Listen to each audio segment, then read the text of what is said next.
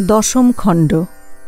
ঠাকুর শ্রীরামকৃষ্ণ ও কমলকুটিরে শ্রীযুক্ত কেশবচন্দ্র সেন। প্রথম পরিচ্ছেদ। কেশবের বাটির সম্মুখে পশ্যতি তব পন্থানম। কেশব, প্রসন্ন, অমৃত, উমানাথ, কেশবের মা, রাখাল, মাস্টার। কার্তিক কৃষ্ণা চতুর্দশী, 28 নভেম্বর 1883 খ্রিস্টাব্দ, বুধবার।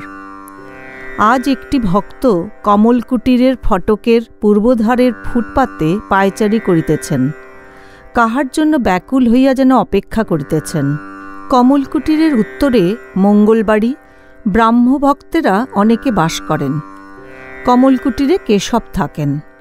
তাহার পীড়া বাড়ি আছে। অনেকে বলিতেছেন এবার বোধহয় বাঁচিবার সম্ভাবনা নাই।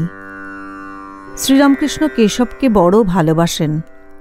আজ তাহাকে দেখিতে আসিবেন। তিনি দক্ষিণেশ্বর কালীবাড়ি হইতে আসিতেছেন। তাই ভক্তটি চাহিয়া আছেন কখন আসেন। কমলকুটির সার্কুলার রোডের পশ্চিম ধারে। তাই রাস্তাতেই ভক্তটি বেড়াইতেছিলেন। বেলা 2টা হইতে তিনি অপেক্ষা করিতেছেন। কত লোকজন যাইতেছে তিনি দেখিতেছেন। রাস্তার পূর্বধারে ভিক্টোরিয়া কলেজ। এখানে কেশবের সমাজের ব্রাহ্মিকাগণ ও তাহাদের মেয়েরা অনেকে পড়েন।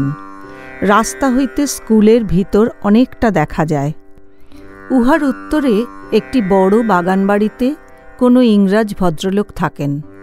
ভক্তটি অনেকক্ষণ ধরিয়া দেখিতেছেন যে তাহাদের বাড়িতে কোনো বিপদ হইয়াছে। ক্রমে কালো পরিচ্ছদধারী কোচম্যান ও সহিস মৃতদেহের গাড়ি লইয়া উপস্থিত হইল। 1.5 ঘণ্টা 2 ঘণ্টা ধরিয়া ওই সকল আয়োজন হইতেছে।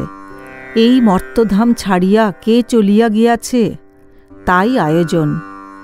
ভক্তটি ভাবিতেছেন কোথায়, দেহত্যাগ করিয়া কোথায় যায়।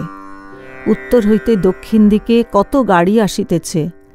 ভক্তটি একবার লক্ষ্য করিয়া দেখিতেছেন তিনি আসিতেছেন কি না। বেলা প্রায় 5টা বাজিল। ঠাকুরের গাড়ি আসিয়া উপস্থিত, সঙ্গে লাটু ও আর 2-1টি ভক্ত, আর মাস্টার ও রাখাল আসিয়াছেন। কেশবের বাড়ির লোকেরা ঠাকুরকে সঙ্গে করিয়া উপরে লইয়া গেলেন। বৈঠকখানার দক্ষিণ দিকে বারান্দায় একখানি তক্তাপোশ পাতা ছিল। তাহার উপর ঠাকুরকে বসানো হইল।